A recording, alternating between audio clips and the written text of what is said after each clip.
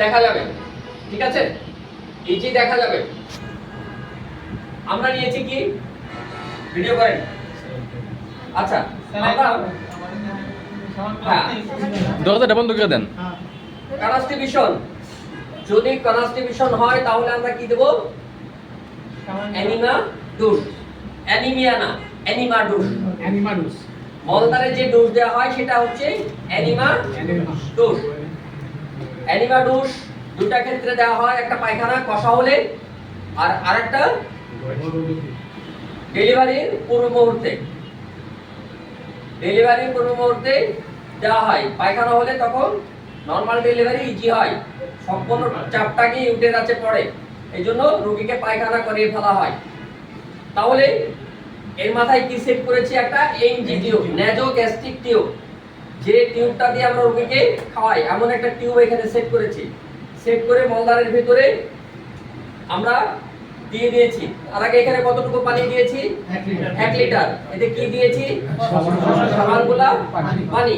হাওয়া টাওয়া সব বের করা শেষ। এখন আমি মলদারের ভিতরে দিয়ে চাবিটা ছেড়ে দিলাম। ছেড়ে দিলেই বাস আস্তে আস্তে মলদারটা কি হবে? ভিজবে। ভিজলেই বাস পায়খানা, রোগী বলবে যে আমার পায়খানার চাপ হচ্ছে, আমার এখন ছেড়ে দেন। এ হচ্ছে 1 নম্বর পদ্ধতি।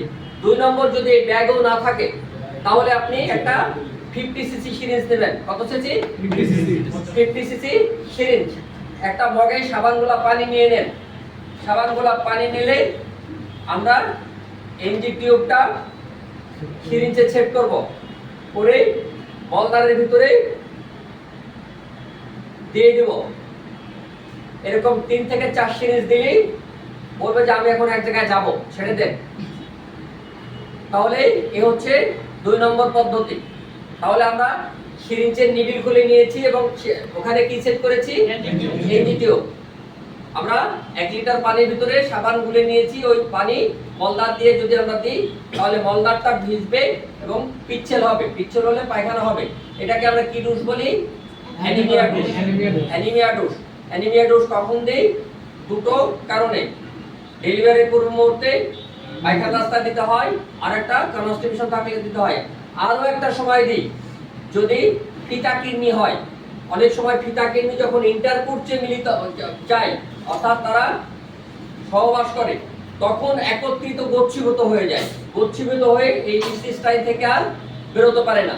তখন করি কি আমরা? এই ডোজ দিই। ডোজ দিলে তখন এই সাবানগুলা পানি যখন যায় তখন পিচ্ছিল হয়ে সবগুলো বেরিয়ে আসে।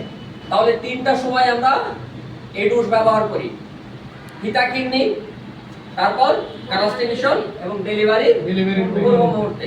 তাহলে ডোজ কয় প্রকার? প্রধানত 2 প্রকার, ভ্যাজাইনাল ডোজ এবং অ্যানিমিয়া ডোজ। সোজা হল। আচ্ছা, এখন ভ্যাজাইনাল ডোজ কেন দেব? ভ্যাজাইনাল ডোজ আমি এখানে একটা চিহ্ন, ডোজের সংকেত দিয়েছি, ছবি দিয়েছি। এটা দিয়েও দিতে পারি। যদি দুর্গন্ধযুক্ত স্রাব মাসিকের পথ দিয়ে আসে, তখন মাসিকের পথকে পরিষ্কার পরিচ্ছন্ন করার জন্য আমরা কি দেব? ওখানে দিয়েছি সাবানগুলা পানি, আর এখানে দেব পটাশিয়াম পারম্যাঙ্গানেট।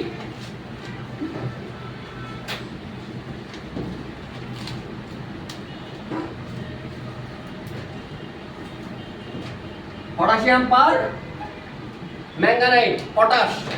আমরা যে পটাশ দেখি না, পানি লাল হয়ে যায়, এই পটাশের পানি দিয়ে কি করব? এই ডোজের ভিতরে পটাশের পানি 1 চামচ পরিমাণ দিয়ে দেব 1 লিটার ভিতরে, দিয়ে মাসিকের পথের ভিতরে এবং চাপ দিয়ে পরিষ্কার করব। এটা কি ডোজ বলি? Vaginal dose. স্যার আমার কাছে ওটা নাই। ওটা যদি না থাকে তাহলে এই ব্যাগের ভিতরে কি দিয়ে দেন? সাবানগুলা পানি, পটাশিয়াম পারম্যাঙ্গানেট মিশ্রিত পানি। কোথায় দিবেন? ব্যাগের ভিতরে দিয়ে আপনি এনজি টিউব এখানে সেট করেন, করে মাসিকের পথে দিয়ে দেন, দিয়ে ছেড়ে দেন। এখন অটোমেটিক ভিতরে যা ময়লা আছে সেটা পরিষ্কার হয়ে আসবে। আমরা সিরিঞ্জ দিয়েও দিতে পারি। আবার যদি মনে করি যে আমি এনজি টিউব এখানে সেট করে নিয়ে মাসিকের পথে দিয়ে এভাবে পরিষ্কার করব, রোগী নিজেরটা নিজেও করতে পারে। ভ্যাজাইনাল ডোজটা রোগী নিজেরটা নিজেও দিতে পারে। তাহলে আমরা ডোজ দেওয়া শিখলাম। কনস্টিটিউশন হলে ডোজ দেব, আর কখন দেব? মাসিকের পথে ইনফেকশন হলে। মাসিকের পথে যে ডোজ দিই তাকে কি বলি? Vaginal dose. আর বায়ু পথে যে ডোজ দিই তাকে anaemia dose. Thank you viewers, সবাই ভালো থাকেন, ইনশাআল্লাহ আবার দেখা হবে।